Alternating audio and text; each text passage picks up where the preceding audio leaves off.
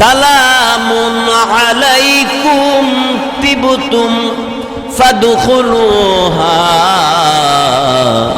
খালিদিন।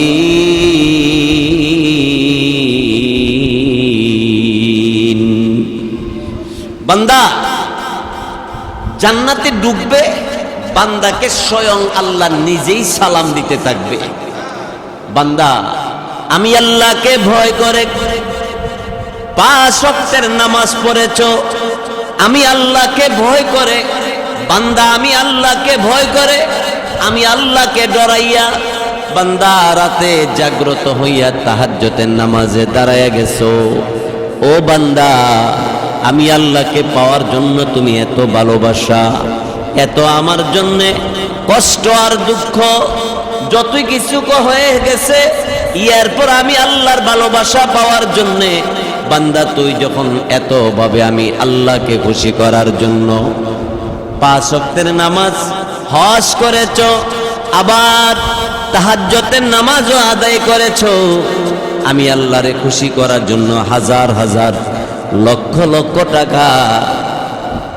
লক্ষ টাকা খরচ করে আমি আল্লাহর সন্তুষ্টির জন্য তুমি কুরবানি দিয়েছ। ও বান্দা, সময় অতিবাহিত করে আমি আল্লাহর সন্তুষ্টির জন্য, আমি আল্লাহর দ্বীনের জন্য সময় অতিবাহিত করেছ, আমি আল্লাহ পাক রব্বুল আলামিন তোর জন্য আমি আল্লাহ নিজে জান্নাতের ভিতরে দেখা করব। চিন্তা করেন, যেখানে আল্লাহ নিজে দেখা করব, বেহেশতের ভিতরে আমাদের কোনো একজন প্রধান অতিথি, প্রধান ব্যক্তি আসলে আমরা তারে দেখার জন্য কত চেষ্টা, কতভাবে কৌশল অবলম্বন করি। আর যেখানে স্বয়ং আল্লাহ নিজে সাক্ষাৎ করবে বান্দার সাথে, যেই বান্দারা গুনাহ করা ছেড়ে দিছে, আল্লাহকে ভয় করে, এই জন্য আল্লাহকে ভয় করবে যারা, তারা আল্লাহর হুকুম নামাজ ছাড়তে পারে না। আল্লাহকে ভয় করবে যারা, তারা সুদ খাইতে পারে না। আল্লাহকে ভয় করে যারা, তারা ঘুষ খাইতে পারে না। আল্লাহকে ভয় করে যারা, তারা কোনোদিন মানুষকে ঠগাইতে পারে না। মানুষকে ঠগাইলে হাসর ময়দানে তার জীবনের সমস্ত নেক আমলকে ওই বান্দাকে দিয়ে দিতে হবে। 5 টাকার 100 টাকা, 500 আর 5 লক্ষ টাকা তুমি আরেকজনকে ঠগাইছো, দুনিয়ার ঠগাইয়া জিতছ, এটা ক্ষণস্থায়ী জিন্দিগি, অল্প সময়ের জন্য। কিন্তু হাসর ময়দানে ভয়াবহ অবস্থার দিন তোমার কি হবে? আল্লাহ পাক রব্বুল আলামিন বলবে, এই তার পাওনা দাও। আল্লাহ পাক রব্বুল আলামিনকে বলবে বান্দা, হে আল্লাহ, আমার কাছে তো লেনদেন করার মতো কোনো টাকা পয়সা নাই। আল্লাহ বলবে, বান্দা, তোমার জীবনের হজ, তোমার জীবনের কোরবানি, তোমার জীবনের নেক আমলগুলি ওই বান্দারে দিয়ে দাও। বান্দারে দেওয়ার পরে এবার ঋণ পরিশোধ হবে না। এবার আল্লাহ বলবে, ঋণ পরিশোধ না হইলে এখন কি করবা? বলবে, আল্লাহ, আমার আর কোনো নেক আমল নাই। আল্লাহ পাক বলবে, বান্দা, এবার যেই বান্দা তোমার কাছে পাওনা আছে, এই বান্দার গুনাহ তোমার আমল নামায় নিয়ে নাও। নিজের আমল গুনার কারণে তো জাহান্নামের আগুন জ্বলতেই হবে। আর মানুষকে ঠগানোর কারণে ওই লোকের ঠগাইছেন, ওই লোকের উপরে জুলুম করছেন, এর জন্য আপনার জীবনের নেক আমল তাকে দিয়ে দিতে হবে। এরপরে দেওয়ার দ্বারা যদি ঋণ পরিশোধ না হয়, তখন তার গুনাহগুলিকে আপনার আমল নামায় দেওয়া হবে, তার শাস্তি আপনাকে ভোগ করতে হবে। জাহান্নামের অবস্থাও ভয়াবহ। জাহান্নামের ব্যাপারে আল্লাহ কোরআনে বলেন, সুম্মা লা ইয়ামুতু ফিহা ওয়া লা ইয়াহইয়া। হে বান্দা, দুনিয়ার জমিনে রোদ্রের তাপমাত্রা বাইরে গেলে গাছতলায় যাও, ঘরের ভিতরে যাও, দোকানপাটে নীরব নিরালা ঠান্ডা জায়গা তালাশ করো। এই বান্দা, হাসর ময়দানে সূর্যের তাপমাত্রা 70 গুণ বাড়ায় দেওয়া হবে। ওই 70 গুণ তাপমাত্রা মাথার আধাত উপরে থাকবে, মাথার আধাত উপরে সূর্যের তাপমাত্রা চলে আসবে। এই তাপমাত্রার কারণে ও আমার ভাইয়েরা, মাথার মগজ গলে গলে বাতের মার যেভাবে বকবক করে মাথা এইভাবে বকবক করতে থাকবে, নাকের ছিদ্র দিয়া কানের ছিদ্র দিয়া মগজ গইলা গইলা বাইরইব। এই অবস্থা ঘটবে। আল্লাহ বলেন এরপরে তোমার ঠিকানাটা যদি জাহান্নামে হয়, জাহান্নামের ভিতরে তোমার মরণ হবে না। সুম্মা লা ইয়ামুতু ফিহা, জাহান্নামের ভিতরে মৃত্যুবরণ করবা সম্ভব হবে না। ওয়ালা ইয়াহিয়া, আবার যে তুমি বেঁচে থাকবা তাও সম্ভব হবে না।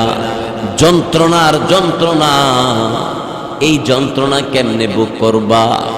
আমার আপনার নবী, রহমতের নবী, রাহমাতুল লিল আলামিন, জাহান্নামের ব্যাপারে রাসূল বলেন, হায়রে এমন জাহান্নাম আল্লাহ বানাইছে যেই জাহান্নামের এত ভয়াবহ অবস্থা, 500 বছর রাস্তার দূর দিয়ে গেলে জাহান্নামের আগুনের তাপমাত্রার কারণে পুইরা ছাই হইয়া যাবে। জাহান্নাম থেকে 500 বছরের রাস্তার দূর দিয়েও যদি কেউ যায়, তবু জাহান্নামের আগুনের তাপ তার শরীরে লাগার সাথে সাথে পুইরা ছাই হয়ে যাবে। এর নাম হইল জাহান্নাম। এবার সরাসরি জাহান্নামের ভিতরের অবস্থা কেমন হবে? সেই জন্য মুসলমান ভাইয়েরা আমার, এই জাহান্নাম থেকে যদি বাঁচতে চাই, এই জাহান্নাম থেকে যদি বাঁচার জন্য মনে চায়, তাহলে মনকে বুঝান, হেই মন আর গুনার কাজ করা যাবে না। চক্ষরে বুঝান, হে চক্ষু আর গুনার কাজ করা যাবে না। হাতের এদিকে লক্ষ্য করে বলেন, হাত দিয়ে আর গুনার কাজ করা যাবে না। কারণ এই গুনার কাজ করলে জাহান্নামের আগুন সইতে কেউ পারবে না। সেই জন্য আল্লাহর নবী, বিশ্ব নবী রাহমাতুল লিল আলামিন হাদিস শরীফের মধ্যে বলেন, মান বাকা মিন খশিয়াতিল্লাহ, যারা আল্লাহকে ভয় করবে, আল্লাহরে ভয় করে, আল্লাহ পাক রব্বুল আলামিনের নবী রাহমাতুল লিল আলামিন বলেন, হারামাল্লাহু আলাইহিন নার, তার জন্য জাহান্নামের আগুনটা হারাম হয়ে যাবে।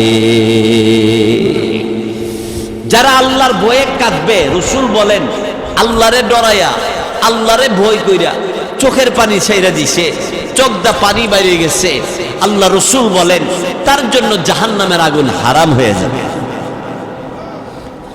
বন্ধুগণ আমার, ভাইয়েরা আমার, নবীজির স্ত্রী খাদিজাতুল কুবরা রাদিয়াল্লাহু তাআলা আনহা, দামি মানুষ কিনা জোরে কর, কত দামি! আল্লাহু আকবার, আল্লাহু আকবার। হযরতে খাদিজাতুল কুবরা রাদিয়াল্লাহু তাআলা আনহার জন্য আল্লাহর পক্ষ থেকে আল্লাহ নিজে সালাম দুনিয়াতে পাঠাইছে। স্বয়ং আল্লাহ খাদিজার জন্য সালাম পাঠাইছে। আল্লাহ নিজে সালাম দিছে, জিবরাইল রে, আমার নবীর কাছে যাও, আমার নবীরে বলো আমার নবী খাদিজার প্রতি সন্তুষ্ট, আমি আল্লাহ অসন্তুষ্ট।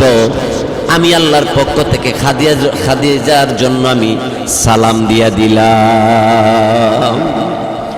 আমার খাদিজার জন্য আমি আল্লাহ নিজে সালাম দিছি। হযরতে খাদিজা রাদিয়াল্লাহু তাআলা আনহা আল্লাহর নবী আল্লাহর নবী রাহমাতুল লিল আলামিন রাসূল ডাক দিয়ে বললেন, খাদিজা তোমারে মহান আল্লাহ সালাম দিছে। খাদিজা কানতে কানতে জার জার আর বলে, ওগো আল্লাহর নবী, আমারে মহান আল্লাহ সালাম দিছে। আমার মতো নাদান, আমার মতো সাধারণ একজন মানুষকে আল্লাহ সালাম দিছে। আল্লাহর পক্ষ থেকে জিবরাইল আলাইহিস সালাতু ওয়াস সালামকে ডাক দিয়ে বলে, ও জিবরাইল, আমার নবীকে বলো আমি আল্লাহ খাদিজার প্রতি খুশি হয়ে গেছি। খাদিজার জন্য আমি আল্লাহ 8টা জান্নাতের দরওয়াজা খুইলা দিছি। আমার খাদিজা 8 জান্নাতের ভিতরে যেই কোনো দরওয়াজা প্রবেশ করার জন্য অনুমতি থাকবে। একমাত্র কোন কারণে? জিব্রাইল জিজ্ঞাসা করলেন আল্লাহকে, আল্লাহ তোমার খাদিজার জন্য তুমি 8টা জান্নাত রিজার্ভ করলা, কি কারণে?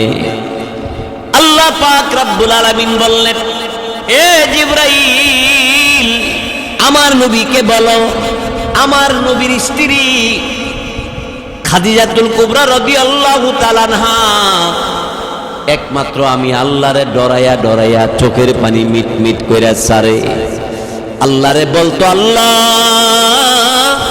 আমি খাদিজা কবরে কেমনে থাকবো? ও আল্লাহ আমি কেমনে কবরে হিসাব দিব? আল্লাহ গো, এই কথা বলে বলে খাদিজা রাত কি রাত কাটায়া কানতো। আল্লাহকে ভয় করে খাদিজা কানতে কানতে আল্লাহরে রাজি করে ফেলাইছে। এই জন্য যত আল্লাহর ওলি সাহাবাই কেরাম সবাই আল্লাহরে রাজি করতে যাইয়া আল্লাহর দরবারে বেশি বেশি কাঁদছে। এই জন্য বুধল জামে মসজিদে আপনারা অনেক মানুষ উপস্থিত হয়েছেন। আমার ভাইরা জুমার নামাজে আসছেন, 5 ওয়াক্ত নামাজও এই মসজিদে পড়বেন। বাজারে বন্দরে থাকলে বাজারে বন্দরে মসজিদ আছে, ওখানে জামাতে আদায় করে নিবেন। নিজের স্ত্রী মেয়ে ছেলেকে নামাজি বানায় নেন, আল্লাহর ভয় অন্তরে ঢুকায় নেন, তাহলেই গুনার কাজ ছেড়ে দেওয়া সম্ভব হবে। আল্লাহর ভয় যদি অন্তরে না থাকে, গুনার কাজ ছেড়ে দেওয়া কোনোদিন সম্ভব হবে না, কোনোদিনই সম্ভব হবে না। এই জন্য মুসলমান ভাইয়েরা আমার, আল্লাহকে খুশি করার জন্য আল্লাহর ভয় অন্তরে ঢুকাইতে হবে। আর আল্লাহর ভয় অন্তরে ঢুকাইতে গেলে আল্লাহ ওয়ালাদের সাথে আপনার মোহাব্বত রাখতে হবে। ব্যবসায়ীর সাথে চললে ব্যবসা শিক্ষা করা যায়, শিক্ষিত মানুষের সাথে চললে শিক্ষা গ্রহণ করা যায়, কৃষকদের সাথে চলাফেরা করলে কৃষিকাজ শিক্ষা করা যায়। আর আল্লাহ ওয়ালাদের সাথে চলাফেরা করলে আল্লাহ ওয়ালা হওয়া যায়। এই জন্য আল্লাহ ওয়ালা হইতে হইলে আল্লাহ ওয়ালাদের সাথে চলতে হবে। নবী করিম সাল্লাল্লাহু আলাইহি সাল্লামের ঘরে রাসূলের পালক ছেলের নাম ছিল যায়েদ ইবনে হারেস রাদিয়াল্লাহু তাআলা। যায়েদ ইবনে হারেস রাদিয়াল্লাহু তাআলা আনহু আব্বা আম্মা নবীজির বাড়িতে আসছে যায়েদ ইবনে হারেসকে নেওয়ার জন্য। যায়েদ ইবনে হারেসের আব্বা আম্মা বলল, যায়েদ ইবনে হারেস তুমি চলো, আমরা তোমার মা বাবা আসছি তোমার নেওয়ার জন্য। যায়েদ ইবনে হারেস রাদিয়াল্লাহু তাআলা বলেন, মা ও মা যাইতে রাজি আছি মাগো, আমি যেই ঘরের ভিতরে আছি এই ঘরের মধ্যে স্বয়ং আল্লাহর পক্ষ থেকে জিবরাইল আসে। মা যেই ঘরে নবী করিম সাল্লাল্লাহু আলাইহি সাল্লাম এই ঘরে থাকে, যেই নবীর সুন্দর চেহারার দিকে তাকাইলে মনের মধ্যে শান্তি আসে, আল্লাহর কথা স্মরণ হয়, আল্লাহর জিকির করতে ভালো লাগে। মা এই মা যেই নবীর ঘরে সাইরা যাইতে মনে চাই না, কারণ আরেকটা শুনো মা, আল্লাহ পাকের বাণী কোরআন নাজিল হয় এই ঘরের মধ্যে।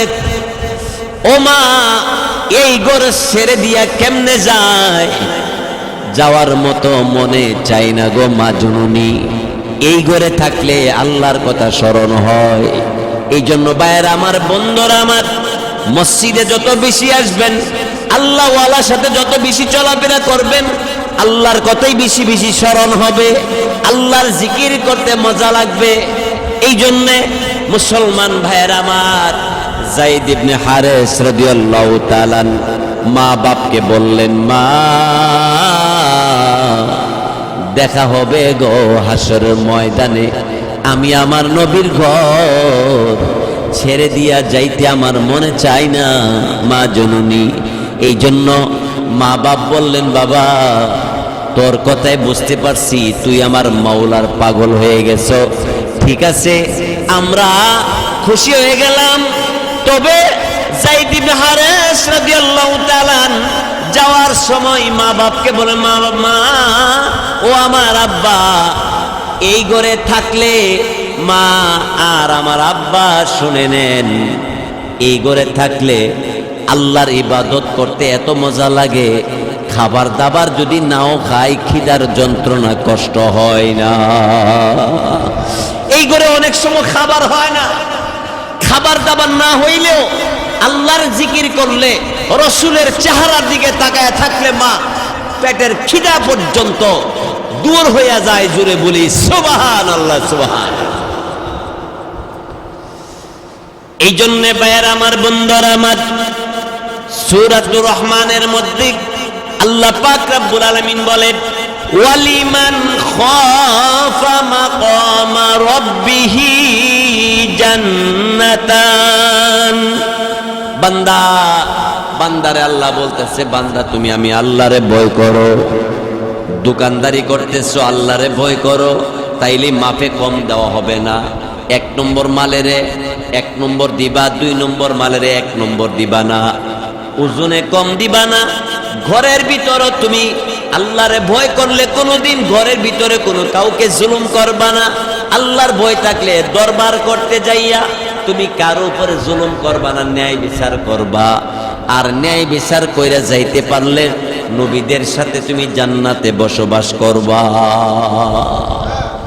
মসজিদ মাদ্রাসার লেনদেন, টাকা পয়সা, হিসাব কিতাব, গ্রামের দরবার, এইগুলি যারা সঠিক করতে চেষ্টা করবে, সঠিক পথে আনতে যারা চেষ্টা করবে এবং সঠিক পথে থাকতে যারা চেষ্টা করবে, তারা আর নবীদের সাথে বেহেশতে থাকার জায়গা পাবে। এই জন্য সঠিকের উপরে থাকতে হবে, হালাল পথে থাকতে হবে।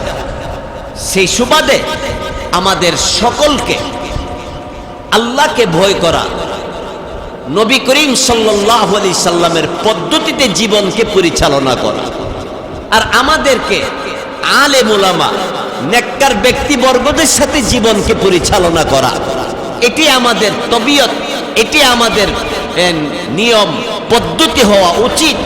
নচেত আমাদের জাহান্নাম থেকে বাঁচার কোনো পদ্ধতি নাই। সেই জন্যে জুমার নামাজে আমরা যারা উপস্থিত হয়েছি, এটা বড় ভাগ্যের কথা। আল্লাহর নবী বলে, যারা বাড়ি থেকে জুমার নামাজ পড়ার উদ্দেশ্যে মসজিদে রওনা হইল, রাসূল বলে সে যেন কাবা ঘরের দিকে রওনা হয়ে গেল। এখানে শেষ নয়, রাসূল বলেন মসজিদে জুমার নামাজে আসলো, আসার পরে দুনিয়াবি কোনো কথাবার্তা না বলে সময় থাকলে সুন্নত নামাজটা পড়ে নিবে, আর আগে আগে আইসে সুন্নত নামাজটা পড়ে নিতে চেষ্টা করবে। ফরজ নামাজ পড়ার পরে আবার বাদাল জুমা 4 রাকাত সুন্নতে মুআক্কাদা পড়তে হবে। এরপরও 2 রাকাত নামাজ পড়তে পারে, এরপর আরো 2 রাকাত পড়তে পারে। কমপক্ষে বাদাল জুমা 4 রাকাত সুন্নত, এটা আপনাকে পড়তেই হবে, না পড়ে গেলে গুনাহ হবে। আল্লাহ নবী বলেন, যারা মসজিদের মধ্যে আসলো জুমার নামাজ পড়ার জন্য, জুমার নামাজ শেষ হওয়ার পরে সুন্নত নামাজ পড়ে মসজিদ থেকে বের হয়ে যাওয়ার সময় আল্লাহ নবী বলেন, মক্কা থেকে হজ কইরা রওনা হইলে হাজী সাহেব যেমন মসজিদ থেকে বার হইয়া তুমি বাড়ির দিকে যাওয়ার সময় তোমার হাজী বলে ঘোষণা দেওয়া হয়, তোমার একটা কবুল হজের সওয়াব দেওয়া হয়। মক্কা থেকে হজ করে বাড়িতে আসলেন, হজ কবুল হইল কি হইল না এর কোনো গ্যারান্টি নাই। নবীজি বলেন, যারা জুমার নামাজ পড়ার উদ্দেশ্যে আগে আগে মসজিদের মধ্যে প্রবেশ করবে, আবার মসজিদের সব নামাজ শেষ করে শেষ ভাগে বের হয়ে যাবে, আল্লাহ রাসূল বলেন সে একজন হাজী সাহেব হইয়া বাড়ির দিকে গেল। এই জন্য আমরা মসজিদে আগে আসব, আর মসজিদের সুন্নত নামাজগুলি মসজিদের ভিতরে আদায় করে আমরা আস্তে আস্তে করে সবার শেষে বের হয়ে যাব। ও মসজিদে তাবারক আইসিনি, মসজিদে মিষ্টি জিলাপি আমিত্তি আইসিনি, এই নেশায় কতক্ষণ দেরি করে, কিন্তু আমিত্তি জিলাপি না আইলে আর দেরি করে না। তাইলে বোঝা গেল খাঁটি ভাবে নামাজি হয়ে আমরা আসি নাই। খাঁটি নামাজি ব্যক্তি মসজিদে কিছু বিতরণ হোক বা না হোক, আমি আমার আল্লাহর সন্তুষ্টির জন্য নামাজে এসেছি, নামাজই পড়ব, আল্লাহর কাছে মাপ চাবো, আল্লাহ পাক আমার জীবনের গুনাহ খাতা মাফ করে দিব। আল্লাহ আমাদের সকলকে কবুল করক, বলেন আমিন। আরো জোরে বলে আমিন। এই জন্য জুমার নামাজ 12:30 আরম্ভ হয়। আজান 12:30 হইলে আমরা 12টার ভিতরে পাক পবিত্র হয়ে গাও গোসল করে আমরা যদি 12:30টার ভিতরে মসজিদে চলে আসি, আইসা সুন্নত পরে আমরা বসে যাই, তারপরে আমরা গুরুত্বপূর্ণ কিছু বয়ান আমরা যদি শুনি, তাহলে কোন কথায় আল্লাহ পাক আপনাকে হেদায়েত দিবে, আপনার দিলকে পরিবর্তন করে নেক আমল করার পদ্ধতি আপনার অন্তরে ঢুকাইয়ে দিবে, বলা যায় না। এই জন্য আগে আগে আমরা মসজিদে চলে আসব। আল্লাহ পাক আমাদের সকলকে কবুল করুক, বলেন আমিন। অনেকে দোয়া চাইছেন আব্বা আম্মার জন্য, অনেকে বিদেশে বাড়িতে আছেন দোয়া চাইছেন, অনেকে অসুস্থ আছেন দোয়া চাইছেন, আর আমার কাছে অনেকে বিদেশের বাড়ি থেকে দোয়া চায়, তাদের জন্য দোয়া করা হবে। সবার জন্য আমি আপনাদের জন্য, অসুস্থ যারা আছে তাদের জন্য, মা বোনদের জন্য, সবার জন্য দোয়া করা হবে। আমরা যারা কুরবানি করেছি আল্লাহ তাআলা যেন কুরবানি কবুল করে নেন, আমরা আল্লাহর কাছে দোয়া করি। আল্লাহ পাক সকলকে কবুল করুক, আমিন।